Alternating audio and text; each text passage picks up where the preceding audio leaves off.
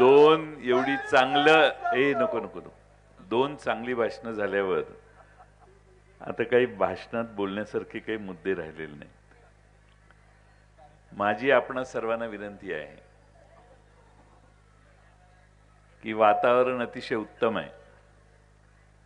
नाना काटेंचा विजय काळ्या दगडावरची रेघ आहे.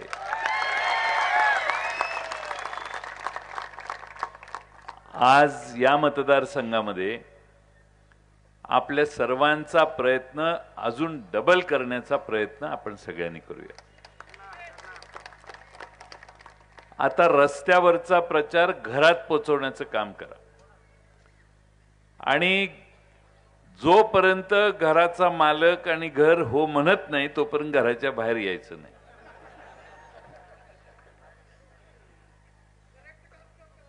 आज आपल्या सर्वांना माझ्या आधीच्या सर्व नेत्यांनी जे मुद्दे आणि माहिती दिली त्यावरून देशात आणि राज्यात काय चाललंय हे तुमच्या सगळ्यांच्या लक्षात आलं. आता तुमच्यापर्यंत माहिती खरी येणार नाही, त्यांना पाहिजे अशीच देण्यात येईल अशी व्यवस्था काल परवा ह्या दिल्लीतल्या सरकारने केली. जगाच्या पाठीवर कानाकोपऱ्यात कुठेही काहीही मुद्दा झाला की स्पष्टपणाने खरी बातमी देण्याची संस्था कुठली असेल तर ती BBC. त्या BBC सारख्या ज्या BBCवर इंग्लंडच्या जनतेचा मालकी हक्क आहे, प्रसंगी इंग्लंडच्या पंतप्रधानाचे देखील वाबाडे आणि भ्रष्टाचार काढायला या BBCने कधी मागे पुढे बघितलं नाही. त्या BBCच्या कार्यालयावर छापा घातला आणि 60 तास BBCचं कार्यालय हे हुडकत होते. कार्यालयात काय सापडलं नाही. पण हे जे समोरचे चॅनल आहेत, महाराष्ट्रात तुमच्या हातात येणारं वर्तमानपत्र आहे, युट्यूबवर वेगवेगळे चॅनल चालतात, त्यांनी संदेश दिला की आमचं नाव काढाल तर तुमचाही कार्यक्रम आम्ही करू. आणि म्हणून तुमच्यापर्यंत महागाई झाली तर ती महागाई पोचणार नाही. एखाद्या महिलेवर अत्याचार झाला तो त्यांना सोयीचा नसेल तर तो तुमच्यापर्यंत पोचणार नाही. भारताच्या सीमेवर काही झालं तर त्यांना सोयीचं नसेल तर ते तुम्हाला कळण्याची व्यवस्था होणार नाही. या देशात त्याने कुणी भ्रष्टाचार केला तर तुम्हाला ते कळणार नाही. याची व्यवस्था होण्याची आज देशात पूर्ण तयारी झालेली. अनेक जण आश्चर्य व्यक्त करतात, BBCवर छापा मारला, काय कळतं का यांना? जगाच्या पाठीवर चितू झाली. मला खात्री आहे की या देशाच्या प्रधानमंत्र्यांना आता अमेरिका आणि इंग्लंड कधी बोलवणार नाही, कारण ते लोकशाही प्रधान देश आहेत. त्यांना अशा पद्धतीनं चाललेला देशाचा कारभार कधीही आवडणार. आणि म्हणून आपल्याला इथून पुढे 2024च्या निवडणुकांपर्यंत जी माहिती येईल ती गाळून गाळून गाळून येणार आहे, हे पहिल्यांदा तुम्ही लक्षात ठेवा. आणि म्हणून माझी तुम्हाला विनंती आहे, तुम्ही बहुतेक सगळे कार्यकर्ते दिसताय, काँग्रेस पक्ष, राष्ट्रवादी काँग्रेस आणि शिवसेनेचे, आता प्रचार घरात जाऊन करावा लागणार आहे. पेट्रोल किती वाढलं, डिझेल किती वाढलं, गॅस किती वाढला, हे घरात जाऊन समजावून सांगा. भारतीय जनता पक्षाला मत जे देतील असा संशय आहे त्यांच्या घरात 10 मिनिटं जास्त घालवा. असं मनात येऊन देऊ नका की हे भाजपलाच देणार आहेत. मध्यमवर्गीय सामान्य गोरगरीब माणसं ज्यांचं हातावर पोट आहे ते माहिती मिळाल्यानंतर आपली मतं बदलतात, दुरुस्त करतात, हे कधी विसरू नका. आणि म्हणून नाना काटेंचा विजय आपल्याला करायचा असेल, या मतदारसंघामध्ये नाना काटे विजयी होणार नाहीत. विरोधकांची मतं विभागली जावीत म्हणून या मतदारसंघामध्ये तिसरा माणूस भारतीय जनता पक्षाने उभा केलेला आहे. त्याने मतं खावीत आणि नाना काटेंचा पराभव व्हावा ही त्यातली रणनीती आहे, हेही तुम्ही लोकांना समजावून सांगा. दुर्लक्ष करू नका. तिसरा उमेदवार उभा आहे, तो मतं खातोय. ती मतं भारतीय जनता पक्षाच्या विरोधातली आहेत आणि त्यामुळे तुमचं मत तिसऱ्या आणि चौथ्या क्रमांकावर गेलेल्या उमेदवाराला देऊ नका. तुमचं मत नाना काटेंना द्या. नाना काटे त्यामुळे विजय होण्यात अधिक चांगली संधी आम्हाला निर्माण होईल. मी तुम्हाला हे जाणीवपूर्वक यासाठी सांगतोय की या देशाच्या सरकारनं आणि महाराष्ट्राच्या सरकारने सत्तेत आल्यापासून एवढ्या मोठ्या घोषणा केलेल्या आहेत. त्या सगळ्या घोषणा फलद्रूप होण्याची कोणतीही शक्यता नाही. आमचे एकनाथ शिंदे साहेब जातात आणि सांगतात 5,000 कोटी रुपये मंजूर. देवेंद्र फडणवीस सांगतात पिंपरी चिंचवड वरून फ्लायओव्हर करतो. आता मी एवढंच राहिलेलं, आता तिकडं इकडं मध्ये काय खाली नाही. पण अजित दादांनी या मतदारसंघात पिंपरी चिंचवडचा जो विकास केला त्याला देशात तोड नाही, हे तुम्ही मतदारांना जाऊन सांगा.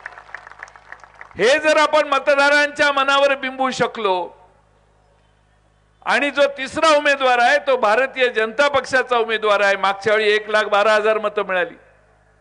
कशी मिळाली? या सगळ्या राष्ट्रवादी काँग्रेसने यांचं काम केलं म्हणून 1,12,000 मतं पडली.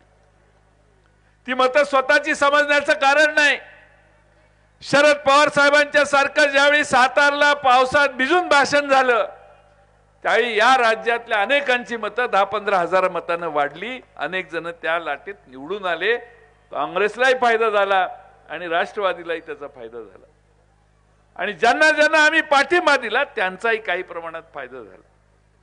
आणि म्हणून या मतदारसंघात मागे 1,12,000 मतं पडली. उद्या 20,000च्या आत गडी आला की परत उभा राहायला कुठंतरी शक्यता आहे का? मी सांगत होतो करू नका. अजित दादांच्याकडे सगळ्यांनी तिकीट मागितली. अजित दादांनी सांगितलं की सगळ्यांचं बघून जास्त लोकप्रिय आणि लोकांना मान्य असणारा उमेदवार देऊया. राष्ट्रवादीच्या सगळ्या कार्यकर्त्यांनी नाना काटेंना पाठिंबा द्यायची भूमिका दाखवली. नाना काटेंना उमेदवारी मिळाल्यावर त्यांना अजितदादांनी जे सांगायचं तेवढं सांगितलं, समजावून सांगितलं. आता ज्यावेळी नाना काटेंची उमेदवारी सुरू झाली, जाहीर झाली, त्यावेळी दुसऱ्यांनी त्यांचा संपर्क साधला आणि म्हणून समोरची दुसरी उमेदवारी देखील भारतीय जनता पक्षाचीच आहे. हे मित्रांनो तुम्ही विसरू नका आणि हे राष्ट्रवादीच्या, शिवसेनेच्या आणि काँग्रेसच्या मतदाराला सांगा. आणखीन एक गोष्ट मतदारांना तुम्ही जाऊन सांगितली पाहिजे. या देशात अनेक गोष्टींच्या चोऱ्या झालेल्या आपण ऐकतो, पण पक्षाची चोरी झालेली पहिल्यांदाच भारत स्वतंत्र झाल्यापासून पहिल्यांदा झालेली पक्षाची चोरी झाली. आणि त्या चोरीमध्ये पक्षाचं चिन्ह, पक्षाचं नाव सगळं ज्याने स्थापना केली त्याच्या मुलाचा अधिकार असताना त्याच्या मुलाकडून खेचून आज दुसऱ्या लोकांच्या हातात देण्यात आलं. महाराष्ट्रातली मराठी जनता हे मान्य करणार नाही. तुम्ही हे प्रत्येक मतदाराला सांगितलं पाहिजे की लोकशाही संपवण्याचा उद्योग ही लोक करतायत. उद्या एक पक्ष मोडला, आणखीन 4 पक्ष मोडतील देशातले. निवडून कार्यकर्ते देतात. आमदार निवडून आल्यानंतर कार्यकर्त्यांच्या कष्टाने निवडून येतात. त्या आमदारांनी घेतलेल्या निर्णयावरून पक्षाची दिशा ठरणं योग्य नाही. कार्यकर्ते जे ठरवतात तेच त्या आमदारांनी त्यांची दिशा म्हणून काम केलं पाहिजे. माझी विनंती आहे की आपण प्रत्येक मतदाराला ही भूमिका सांगितली पाहिजे. आणि माझा साधारणपणाने अंदाज आहे की सामान्य माणसाला शिवसेना आणि धनुष्यबाण हे एकनाथ शिंदेंच्याकडे दिलंय हे महाराष्ट्रातल्या जनतेला मान्य होणार नाही. तुम्ही ते घराघरात जाऊन सांगायचं काम उद्याच्या निवडणुकीत करा. तुम्हाला आपल्या मतदारसंघात विजय प्राप्त करायचा असेल तर महागाई मुद्दा आहे. पक्ष चोरला हा मुद्दा आहे. माहितीचा जो प्रवास तुमच्यापर्यंत आहे त्याच्यात अडथळा निर्माण करण्यासाठी बीबीसीवर टाकलेली धाड आहे.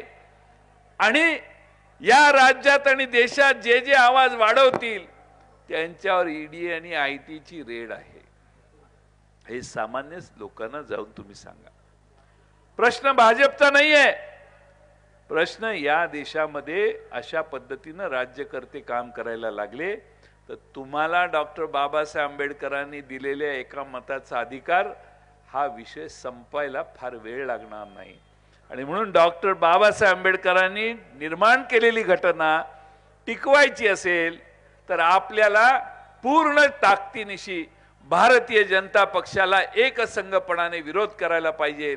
आणि म्हणून बाहेर जाणारी जी मतं आहेत ती कशी दुरुस्त करता येतील हे बघायचं काम देखील आपण सगळ्यांनी करा. आता निवडणूक ही आपल्या या भागात आहे. मला वाटतं हा भाग नाना तुम्हाला फार चांगला आहे.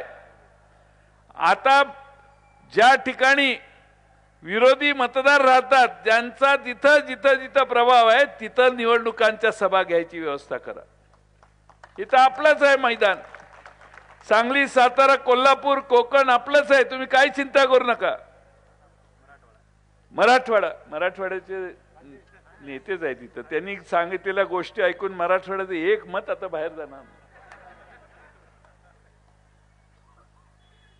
खानदेशी मोठ्या प्रमाणात लोकसंख्या इथं राहते. माझी आपल्याला विनंती आहे की मी मगासपासून सांगतोय घरात जाऊन प्रचार करा. सोशल मीडियाच्या माध्यमातून लोकांच्या पर्यंत प्रचार पोचवा. आपल्याला सगळ्यांना ताकदीनं मला आठवतंय पंढरपूरची पोटनिवडणूक लागली. निवडणूक लावण्यात आली. आम्ही विनंती केली की बिनविरोध करा. देगलूरची निवडणूक लावली. आम्ही विनंती केली. निवडणूक झाली. पंढरपूरचा आमचा उमेदवार साम दाम दंड भेद वापरल्यामुळे पराभूत झाला. पण देगलूरला काँग्रेसचा उमेदवार विजयी झाला. आज या ठिकाणी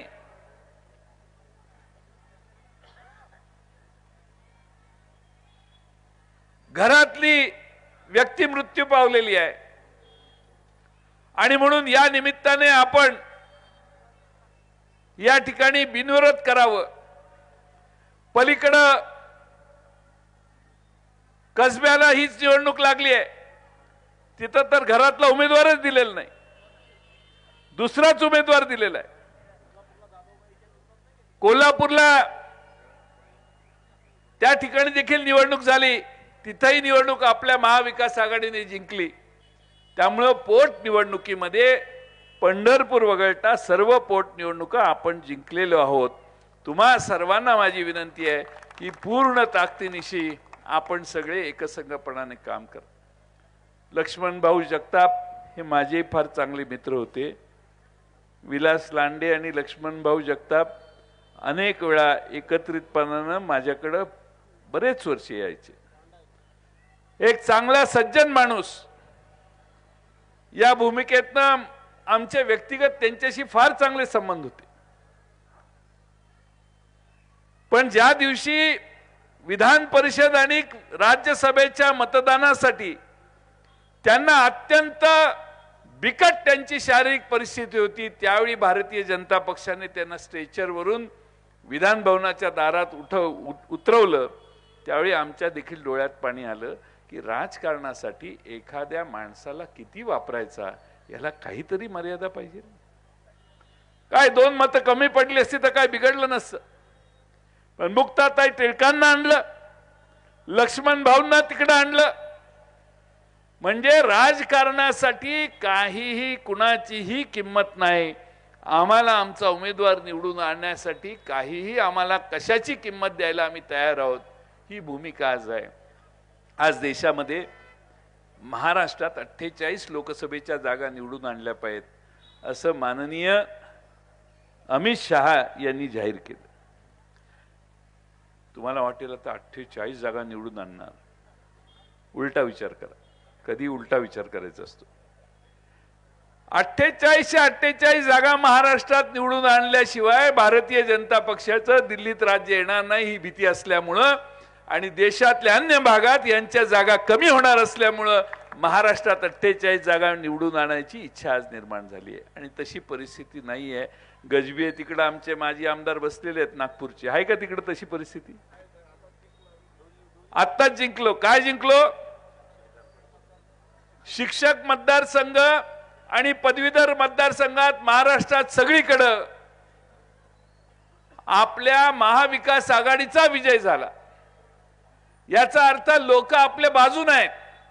लोकांना हे एकनाथ शिंदेंच्या पुढाकाराने निर्माण झालेलं सरकार आवडलेलं नाही आणि देवेंद्र फडणवीस आणि भारतीय जनता पक्षाने ज्या पद्धतीने महाराष्ट्रातलं सरकार पाडलं ती देखील भूमिका भारतीय जनता पक्षाला धक्का देणारी आहे।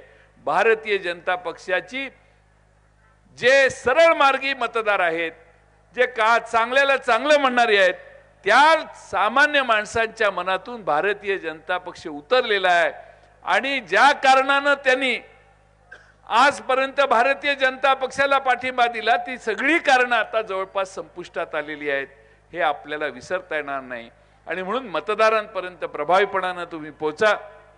नाना काटे यांना आपण सगळ्यांनी रस्त्यावर प्रचार राहून देऊ नका ही माझी कळकळीची विनंती। आणि एका वॉर्डातला माणूस दुसऱ्या वॉर्डात दिसू नये, एका गल्लीतला माणूस दुसऱ्या गल्लीत दिसता कामा नये। एका वॉर्डातला कार्यकर्ता तिसऱ्या वॉर्डात जाऊन प्रचार करायला लागला की समजायचं की हा काही काम करत नाही। माझ्या मतदारसंघातली व्यवस्था सांगतो, प्रौढी सांगत नाही। ज्या गावात जो लय जिल्ह्याचा पुढारी जरी असला तर त्यांनी त्याचं गावाच्या बाहेर पाऊल टाकायचं नाही। माझ्या मतदारसंघात एकालाही गाडी देत नाही मी, एकही गाडी नसते माझ्या मतदारसंघात, एकही सभा आम्ही करत नाही। ज्याचं त्याने गाव सांभाळायचं। जास्त सभांचा भबरा केला की काय होत नाही। तुम्ही तुमची काय ताकद असेल ती तुमच्या बूथवर दाखवा आणि तुमच्या बूथवर तुमचा काय उजेड असेल ते पाडून दाखवा। तुम्ही ज्या बूथवर असाल त्या बूथवर आज बूथ कमिटी नसेल तर करा, केली असेल आणि तुम्ही त्यात नसाल तर त्या बूथ कमिटीत जाऊन बसा आणि बूथवर लीड मिळालं पाहिजे। प्रत्येक बूथ हा आपल्याला विजय मिळवण्यासाठी प्रयत्न आपण सगळ्यांनी करा। आपण सगळ्या अनिल भाईदास पाटील आपले आमदार जळगावचे इथं आलेले आहेत।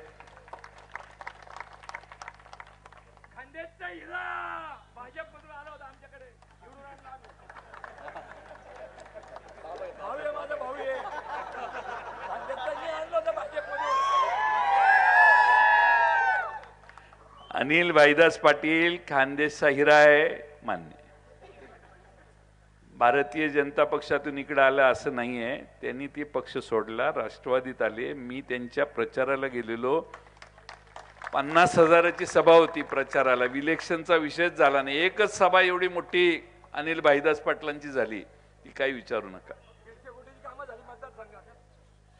आणि म्हणून आपल्याला या वॉर्डातला कार्यकर्ता त्या वॉर्डात दिसणार नाही अशी व्यवस्था करा। वॉर्डाच्या अध्यक्षांनी ही काळजी घ्यावी। सकाळी आणि संध्याकाळी पूर्ण प्रचार करा आणि उमेदवाराला त्याचं काम करायला एकटा सोडा। बरोबर? काय मला माहित नाही काय परिस्थिती, आपलं सल्ले देण्याचं काम माझं आहे। पण म्हणून आता मी एक 4-5 जणांना परवापासून पाठवले या मतदारसंघात अंदाज काढायला की कार्यकर्ते आपल्या वॉर्डातलेच आहेत का दुसऱ्या वॉर्डातून इकडे आलेले। मी हे का सांगतोय कळकळीने, आपापले वॉर्ड सांभाळा, आपापले बूथ सांभाळा, आपला विजय 100% होऊ शकतो। त्या बूथवर 1000 मतदार असतील तर त्या 1000त 500 जर भाजपचे असतील तर 500 त्यांना 400 कसे होतील हे बघायच्यासाठी 4 दिवस घालवा। योग्य सनदशीर मार्गाने मतदान वाढवण्याचा प्रयत्न, आपल्याला पडणारं मतदान वाढेल कसं हे बघा।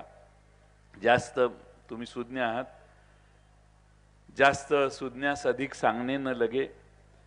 माझ्या आधी धनंजय मुंडेंनी भाषण केलं, आमच्या सुनील शेळके अण्णांनी भाषण केलं, आमच्या भास्करराव जाधवांनी शिवसेना स्टाईल भाषण केलं. पण आज जरा काय आवाज बसलेला आहे. पण ह्या सगळ्यांनी जे मुद्दे सांगितले ते घराघरापर्यंत आता देव पळवला म्हणजे बाकी सगळं हिंदू समाजातली लोक मान्य करतील, पण देव पळवलेला मान्य करणार नाही. हे लोकांना जाऊन सांगा. नाही तर तुम्ही आमचं भाषण ऐकलं, तुम्ही खुश आम्ही खुश, संध्याकाळी घरी. तर उद्या सकाळपासून हे सगळे मुद्दे प्रत्येक घरात पोचवले पाहिजेत. आणि जो मतदार हो म्हणत नाही त्याच्या घरातनं बाहेर यायचं नाही. माझे हे म्हणणे मान्य असेल त्यांनी हात वर करा, बघू बघू. मी म्हण त्याचं हो त्याला सांगायचं. ते जयंत पाटील रात्री आला होता, त्याने सांगितले घरातनं हलायचं नाही म्हणून सांगितलं. पण या मतदारसंघामध्ये या शहरामध्ये अजितदादांनी जे काम केलं हेही निक्षून लोकांना सांगा. हे सांगितलं. शेवटी माणसं विकासाला मत देतात. आणि या सगळ्या पार्श्वभूमीवर शेवटच्या 2-3 दिवसात प्रचंड मारा होणार आहे, ज्याचा उल्लेख माझ्या आधी धनंजय मुंडेंनी केला. ते आता काय एखाद्याने ज्यादा छापलेच असतील त्याला आपण काय करणार. त्यामुळं त्याच्या पलीकडे जाऊन तो मतदार आपल्याकडे टिकला पाहिजे. आणि त्यासाठी तुमचा घरातलं भेट, एक भेट नाही 3-3, 4-4 भेट झाल्या पाहिजेत.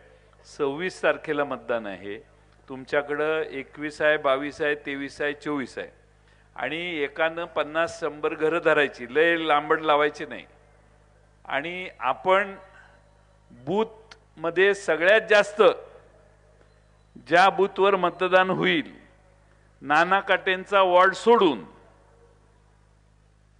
नाना काटेंच्या वॉर्डात सगळ्यात जास्त होईल, त्यामुळे तो सोडून सगळ्या बूथ सगळ्या वॉर्डात सगळ्यात जास्त, प्रत्येक वॉर्डात सगळ्यात जास्त ज्या बूथला मतदान पर्सेंटेज वाईज होईल त्या, आता काय ते आचारसंहितेत बक्षीस देतो असं म्हटलं तर ते प्रलोभन होतं.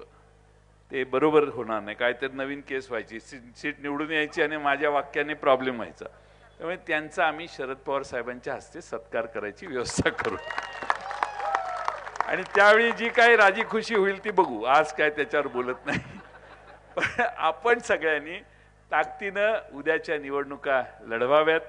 सगळ्यांनी, प्रमुख नेत्यांनी सगळ्या वॉर्डात फिरलं पाहिजे.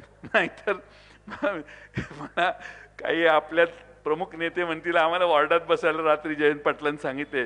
प्रमुख नेत्यांनी सगळीकडे फिरावं, पण वॉर्डातल्या बूथवरच्या कार्यकर्त्यांनी आपले बूथ यशस्वी करावेत. विजय आपलाच होणार आहे.